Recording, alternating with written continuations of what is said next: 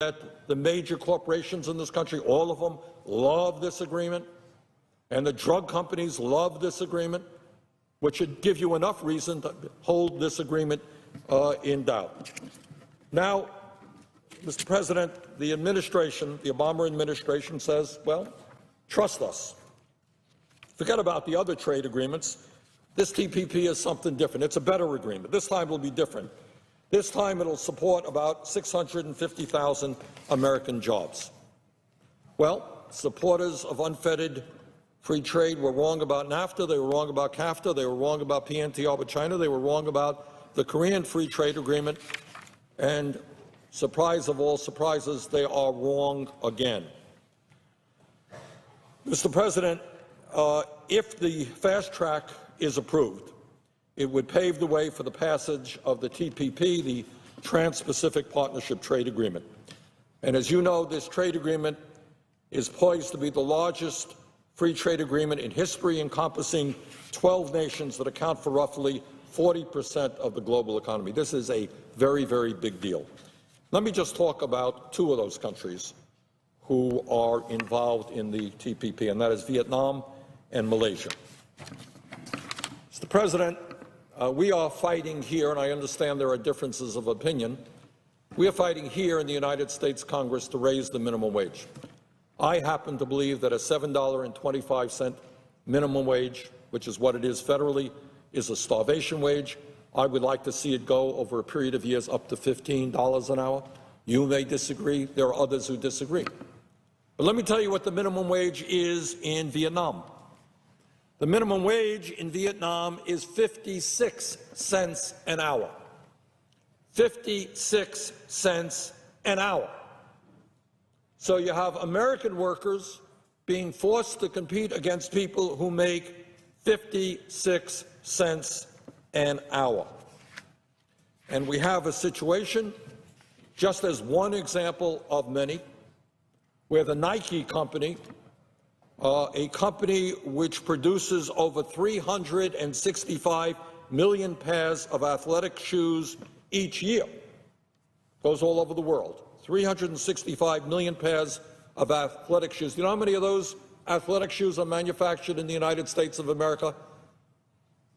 50 million, 20 million, 10 million, 1 million, zero.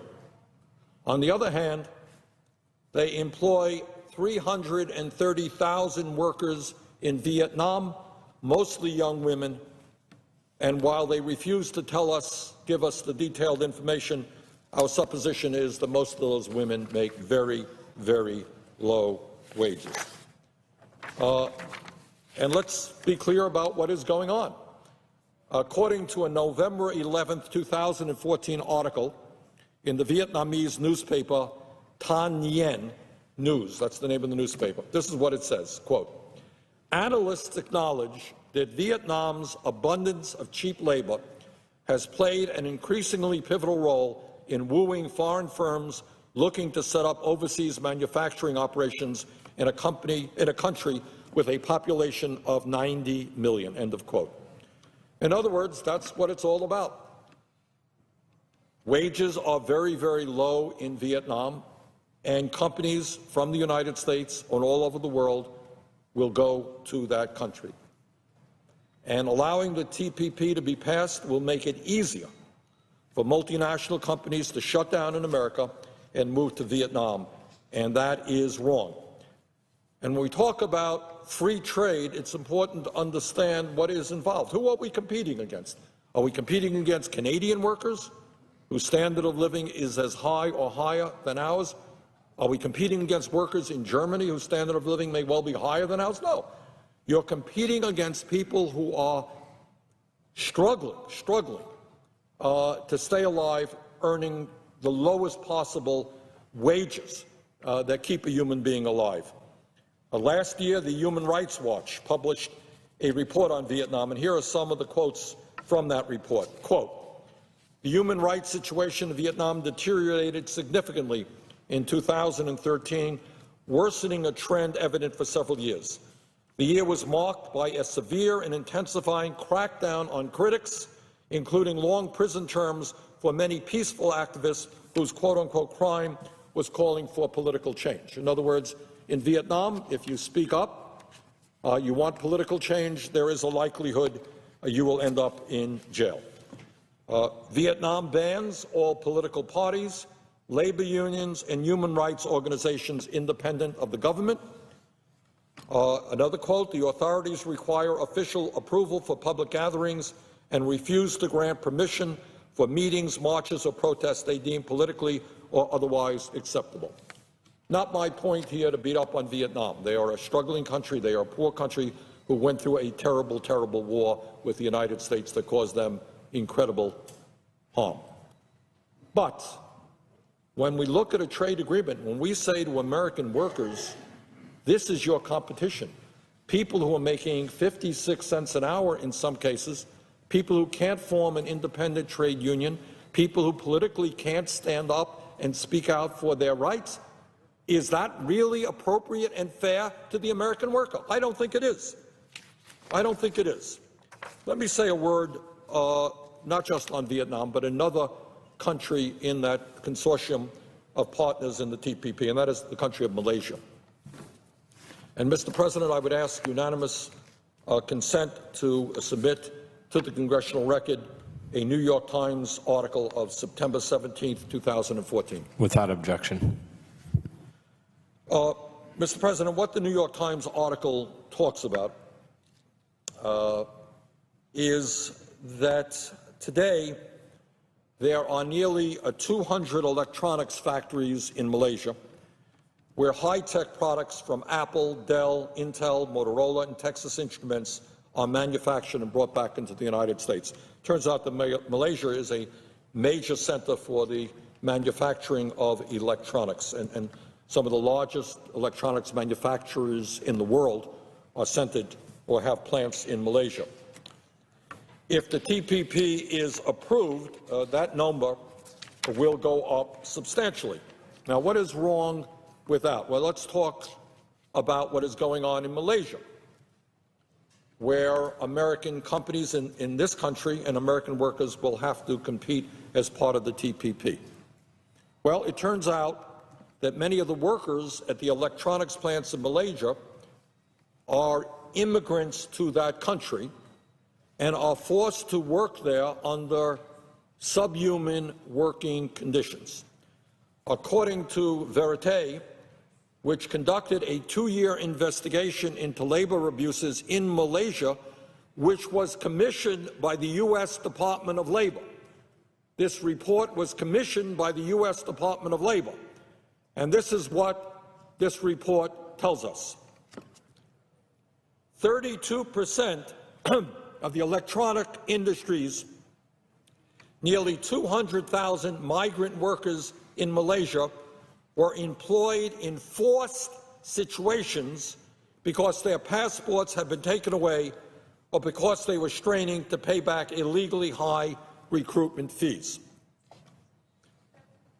According to the New York Times article commenting on the study, 92% of the migrant workers in Malaysia's electronics industry had paid recruitment fees, and that 92% of that group had paid fees that exceeded legal or industry standards defined as more than 1 month's wages. 94% of the migrants did not have their passports when Verite's investigators interviewed them. Let me repeat that. The passports were taken away from 94% of the people that these investigators interviewed. Now, if you are a migrant in a foreign country and your passport is taken away, you have no rights at all. You can't leave. You may not be able to travel. You have no rights at all. In other words, many of these workers who wanted to leave Malaysia were unable to do so. They were forced to stay and continue to work under these subhuman conditions. Mr. President, 30% of foreign workers, this is again the report from Verite, commissioned by the U.S. Department of Labor. 30% of foreign workers said they slept in a room with more than 8 people. And 43% there was no place where they could safely store their belongings. Well, Mr. President, when we talk about competition and a competitive global economy, I do not believe that the American worker should be forced to compete against workers who are literally held in slave-like conditions, unable to leave the country, having their passports taken away, working for pennies an hour. So let me conclude simply by saying this. This trade agreement is being pushed on the Congress by the largest corporations in the United States of America. They love unfettered free trade because it enables them to shut down in America and move to low-wage countries where they can employ workers at pennies an hour. This trade agreement is pushed on us by Wall Street, who wants to make sure that around the world they will have financial regulations that make it easier for them to do what they do rather than to serve the economies of countries around the world. This legislation is strongly supported by the pharmaceutical industry, who will have the opportunity to prevent poor countries around the world from moving to generic drugs and make medicine affordable to the poor people in these countries. So we got all of the billionaire class, all of the powerful corporate world supporting this trade agreement. And who's opposing this trade agreement? Well, virtually every trade union in America whose job it is to stand up for American workers, they're in opposition. I was just at a rally with them the other day. They are united. They are in opposition. You have many environmental groups who understand that this is a bad agreement. You have medical groups who understand this is a bad agreement for poor people in developing countries. And you have millions of workers in this country who do not want to compete. They're not afraid of competition. We are a productive country. They do not want to compete against people making 56 cents an hour or against forced labor in Malaysia. That's where we are today. Where we are today is, do we go forward with a failed trade policy, or do we take a deep breath and say enough is enough? Let us rethink trade policy. Let us figure out a way that we can grow the American economy, create decent jobs in the United States, and, by the way, help poor people around the world. All of us want to see wages go up in poor countries around the world. But that does not mean that wages have got to go down in the United States of America. So we need a trade agreement that works for our people, works for poor people around the world, but just is not a trade agreement that only works for the big money interests in the United States. So I hope very much, Mr. President, that the Senate will take a real hard look at this trade agreement, take a hard look at what people have been saying for years about previous trade agreements, and say, we're not going down this failed path anymore. And with that, Mr. President, I would yield the floor.